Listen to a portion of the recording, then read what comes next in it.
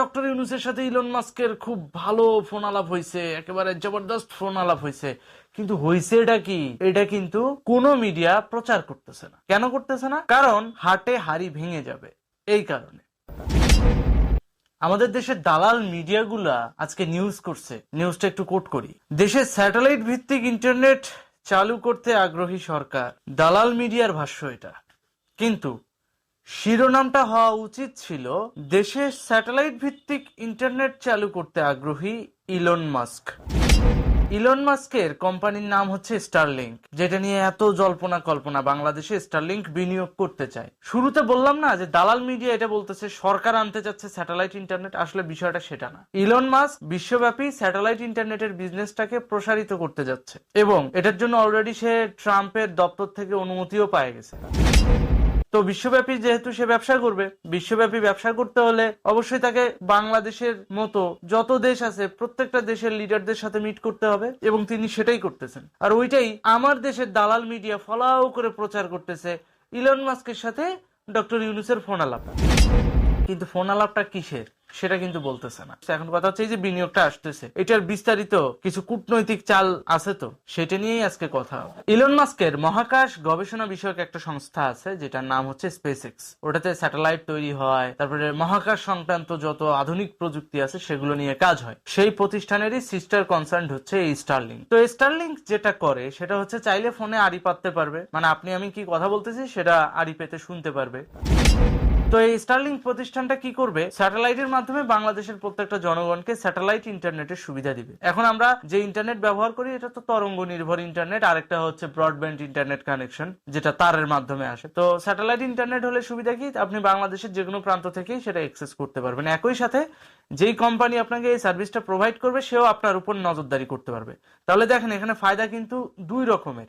এক, বাংলাদেশের উপর তথ্যগত নজরদারি, দ্বিতীয়ত চীনা পরাশক্তিকে বাণিজ্যিকভাবে ট্যাকেল দেওয়া। আর এই দুইটা বাস্তবায়ন হলে বাংলাদেশে কি হবে, আমেরিকার এজেন্ডা বাস্তবায়ন হবে। মানে মোট কথা হচ্ছে আমেরিকার প্রভাব বাংলাদেশে বাড়বে।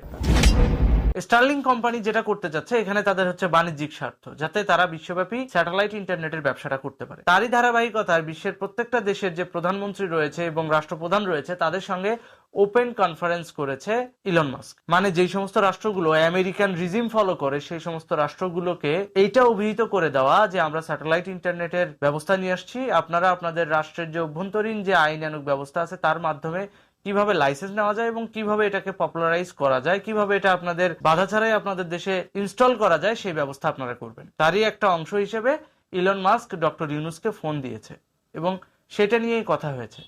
তো যখন স্টারলিংক নিয়ে ইলন মাস্ক তার প্রফেশনাল কথাবার্তা বা প্রফেশনাল মিটিং করছিলেন ডক্টর ইউনূসের সাথে, তখন ডক্টর ইউনূস মাঝখান দিয়ে একটা খোঁচা মারছিল যে বঙ্গবন্ধু স্যাটেলাইটের নামটা একটু চেঞ্জ করা যায় কিনা। তখন ইলন মাস্ক ওপেনলি বলেছেন স্টপ ইউর বিচিং, অর্থাৎ তোমার নটিগিরি বন্ধ কর, তোমার নটিগিরি বন্ধ কর।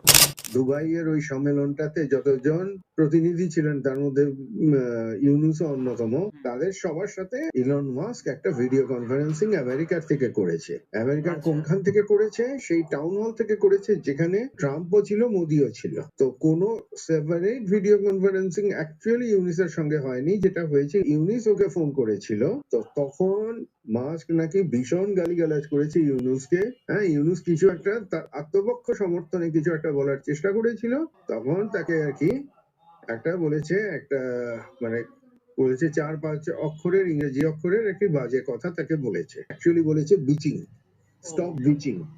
বিচিং মানে এক কথায় সোজা কথা ওই যে বাংলায় বলে না নটির মতো কাজ করছো, নটি রক্ষিতা, ঠিক আছে, ওইটা বন্ধ করো তুমি।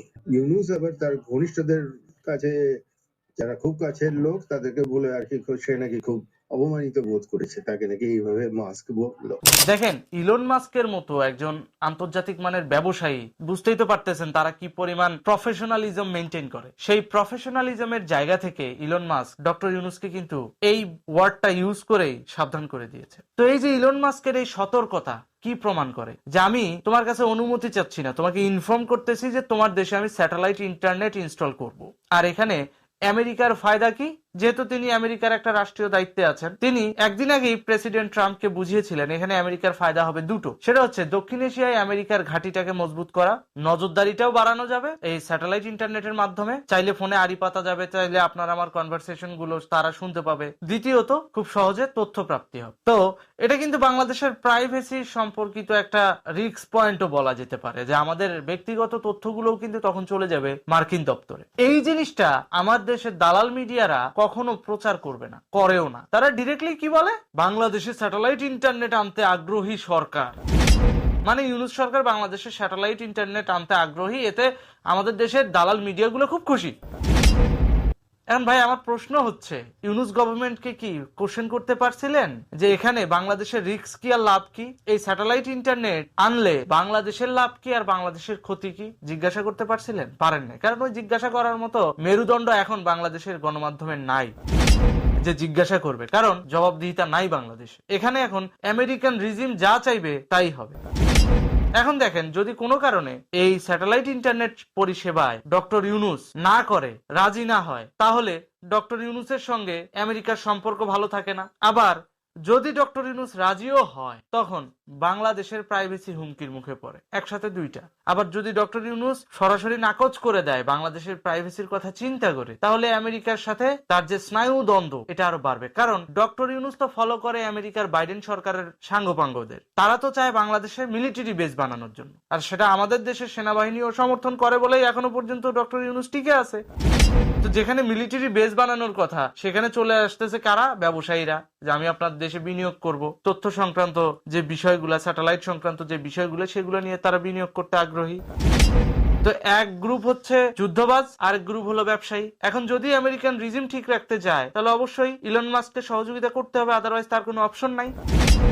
আর যদি কোনো কারণে সহযোগিতা নাও করে, তখন বাংলাদেশে শেখ হাসিনাকে ইনস্টল করার জন্য আমেরিকা তখন নরেন্দ্র মোদীর মাধ্যমে গুটিবাজি করবে।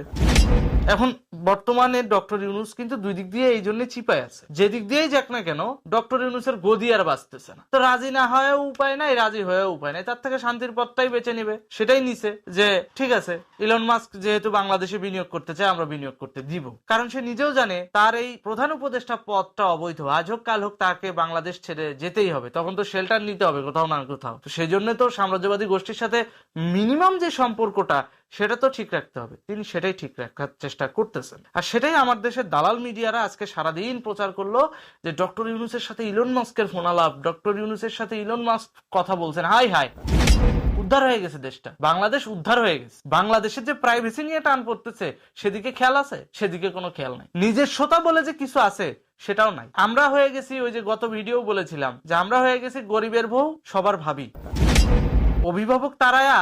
এখন আমরা নিজেরাই এমন একটা পরিস্থিতিতে পড়ে গেছি, বাধ্য হয়েও ওই কাঁটাওয়ালা মাছ খাইতে হবে, খাইলেও বিপদ, না খাইলেও বিপদ, এরকম একটা অবস্থা। কিন্তু যদি জুলাই মাসে আপনারা এই ঝামেলাটা না করতেন, তাহলে বাংলাদেশের উপর এটা চাপিয়ে দিতে পারতো সাম্রাজ্যবাদী গোষ্ঠী।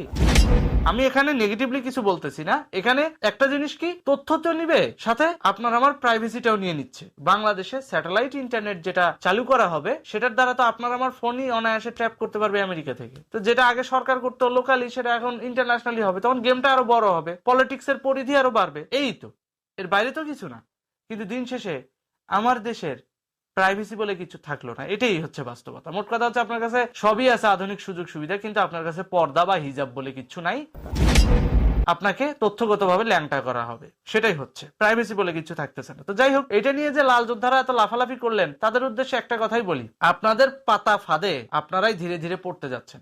ডক্টর ইউনূস এমন চিপায় এখন বাধ্য হয়েছে ইলন মাস্কের এই অফারটা অ্যাকসেপ্ট করতে। তো এখানে ইলন মাস্কেরও কূটনৈতিক স্বার্থ আছে, কারণ এখানে ইন্ডিয়ার একটা স্বার্থ আছে না, আর ইন্ডিয়ার যেহেতু ন্যাশনাল সিকিউরিটি রিলেটেড স্বার্থ, তো সেই বিষয়টাকে সমাধান করার জন্য অবশ্যই ওই ইলন মাস্কের ওই স্টারলিংকের মাধ্যমে প্রাপ্ত তথ্যগুলো নিয়েই ভারতীয় রিজিম পলিটিক্স করবে। দিন শেষে কি হবে, আপনারা যে ভারত বিরোধী করেন না, দিন শেষে বাংলাদেশের প্রাইভেসি নষ্ট করে আপনারা ভারত বিরোধী করতে গেছিলেন না। ওই যে বাংলাদেশের প্রাইভেসি থাকবে না, আপনাদেরও প্রাইভেসি সুদ্ধা টান দিবে ইন্ডিয়া, এবং সেটা চলে যাবে আমেরিকার কাছে। তো মোরলদের কাছে চলে গেলে দিন শেষে বাংলাদেশ সহ ইন্ডিয়া সহ এই পুরো রিজিমটা আমেরিকাপন্থী হয়ে যাবে। যেটা আমরা ছিলাম জোট নিরপেক্ষ বাংলাদেশ, যে আমরা চায়নার পক্ষেও নাই, আমেরিকার পক্ষেও নাই, আমরা নিরপেক্ষ একটা সুশীল রাষ্ট্র, সেটা আর থাকলো না। একটা ধর্ম নিরপেক্ষ রাষ্ট্র যেটা বঙ্গবন্ধু করে গেছিল, সেটাও আর থাকলো না। তো দিন শেষে কি হলো? এই যে স্টারলিংকের বিনিয়োগের মাধ্যমে বাংলাদেশে দিন শেষে তথ্যগত স্বাধীনতাটা উন্মোচিত হইল বিশ্বব্যাপী। মানে আগে যেরকম আমাদের তথ্য আমাদের কাছেই থাকতো, এখন পুরো বিশ্ব জানবে আমাদের কথা। তো এটা আমাদের জন্য এক হিসেবে ভালো হয়েছে যে আপনারা যে কথায় কথায় মব জাস্টিস, আয়না ঘরে যে যাদেরকে রাজসাক্ষী বানাইছেন জেএমবি সদস্য এদের ব্যাপারেও তথ্য তখন চলে যাবে আমেরিকার কাছে। কারণ আমেরিকা এটা চাইছে যে সন্ত্রাসবাদ দমনে ইন্ডিয়ার সাথে যৌথভাবে কাজ করবে। তারই একটা অংশ হিসেবে ইলন মাস্ক বাংলাদেশে স্টারলিংক ঢুকাবে এবং সেই জায়গায় আপনারা ধরা খাবেন। ধন্যবাদ।